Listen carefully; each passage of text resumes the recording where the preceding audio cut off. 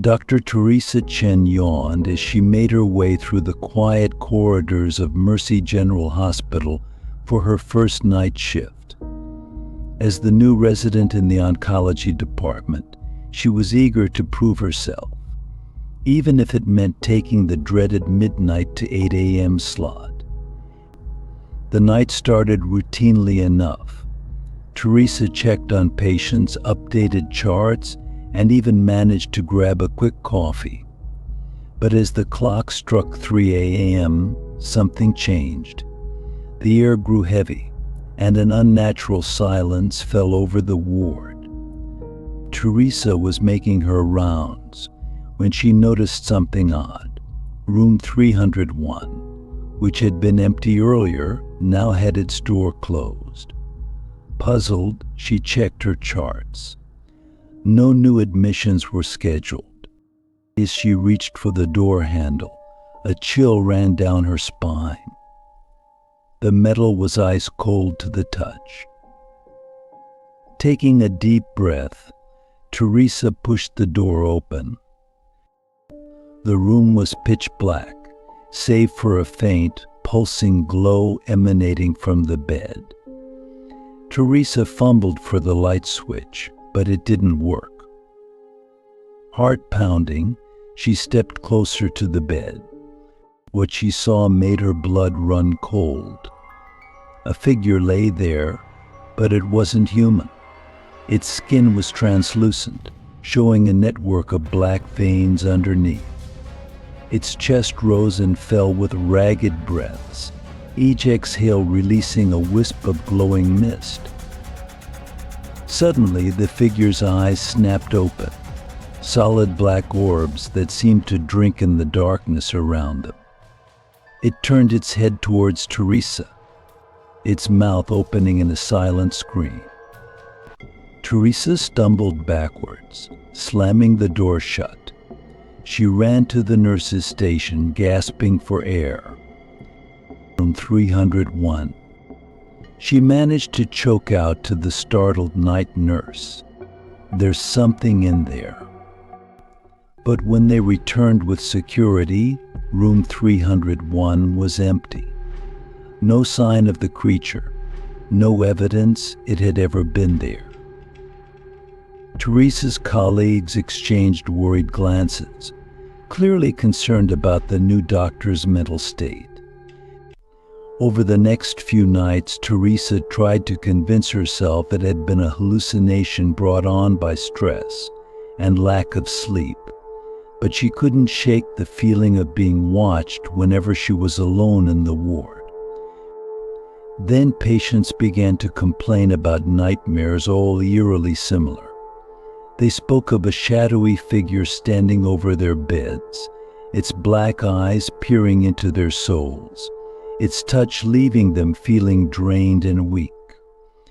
Teresa started to notice other things too.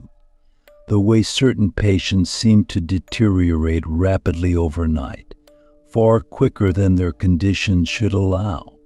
The inexplicable equipment malfunctions that only happened in the dead of night. The way the air grew cold in specific rooms, even when the heating was on full blast. Determined to uncover the truth, Teresa volunteered for more night shifts. She set up hidden cameras, motion sensors, anything she could think of to capture evidence of the entity. One night, as she reviewed the footage, Teresa's heart nearly stopped. There, flickering in and out of existence, was the creature she'd seen. It moved from room to room, hovering over patients, seeming to draw something out of them with its touch. But the most chilling discovery came when Teresa zoomed in on the creature's face. Behind those black eyes, she could make out familiar features. It was Mrs. Henderson, a patient who had died in room 301 just days before Teresa's first encounter. Dr. Teresa Chen's world at Millbrook General Hospital had already been turned upside down by the nightmarish entity, haunting the oncology ward.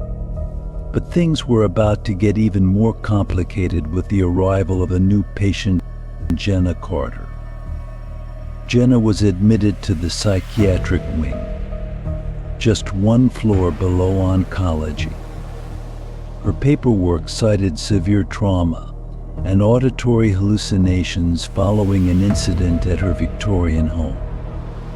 Teresa, covering an extra shift due to staff shortages, was asked to do Jenna's initial evaluation. The moment Teresa entered Jenna's room, she felt the same chill she'd experienced in the haunted oncology ward. Jenna sat motionless on her bed, staring at the wall, softly humming a melody that made Teresa's skin crawl. "Miss Carter," Teresa called softly. "I'm Dr. Chen. I'm here to talk with you." Jenna's head snapped towards Teresa, her eyes wide and unfocused. "Do you hear it?" she whispered. "The melody. It never stops." As Teresa began the evaluation, she noticed strange parallels between Jenna's experiences and the phenomena in the oncology ward. Jenna spoke of entities that fed on fear and suffering, of souls trapped in an endless chorus of madness. It was different from the soul-draining creature Teresa had encountered, yet eerily similar in its malevolence. Over the next few nights, Teresa noticed an escalation in both Jenna's condition and the oncology hauntings. Patients in both wards reported more intense nightmares. The air grew colder, the shadows deeper, and always there was that faint melody drifting through the halls, growing stronger with each passing hour. Teresa began to suspect a connection. Could Jenna's presence have awakened something dormant in the hospital? Or perhaps attracted a new entity altogether? One night, as Teresa was reviewing camera footage from the oncology ward, she saw something that made her blood run cold. The familiar spectral figure was there, moving from room to room. But this time it paused, turning its black eyes directly towards the camera. And as it smiled, Teresa recognized the face. It was Jenna's. Panicked, Teresa rushed to the psychiatric ward, only to find Jenna's room empty. Following the sound of that haunting melody, Teresa found herself back in the oncology ward, standing before room 301, the epicenter of the hauntings. Inside, she found a scene of pure nightmare. Jenna stood in the center of the room, her form flickering between her human self and something other. Around her, spectral patients from the oncology ward swirled in a macabre dance, their faces contorted in eternal agony. "You see now, don't you?" Dr. Jenna's voice echoed, overlaid with countless others. "Your hospital's hunger and my melody. They called to each other, two forms of eternity, finally united." As the spirits began to merge with Jenna, her form growing more monstrous with each absorption, she realized the terrifying truth: the entity from her ward and whatever possessed Jenna were combining, creating something far more powerful and malevolent. Join us, Teresa, the thing that was once Jenna beckoned. Add your song to our eternal symphony. As the merged entity reached for her, Teresa felt the cold touch of countless souls on her skin. The melody grew deafening, threatening to drown out her very thoughts. In that moment, Teresa knew that the fate of everyone in Mercy General hung in the balance. But as darkness closed in around her, Teresa wondered if it was already too late.